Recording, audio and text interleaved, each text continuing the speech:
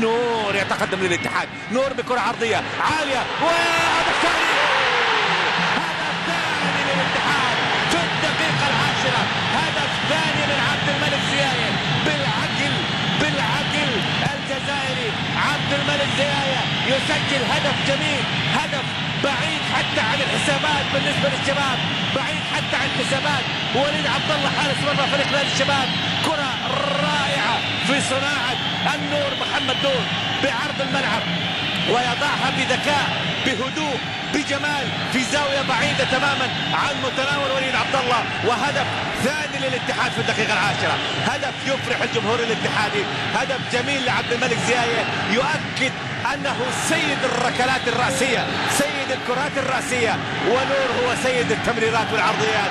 يا الله، جميلة جميلة جميلة جميلة. شوفوا وضع الكرة كيف، شوفوا الذكاء في وضع الكرة، شوفوا الزاوية الصعبة اللي ممكن يجي منها هدف بالراس، لكنه جاء هدف ذكي، هدف جميل، هدف في شغل، هدف في ذكاء، هدف في أيضا مرونة من اللاعب ومعرفة من اللاعب.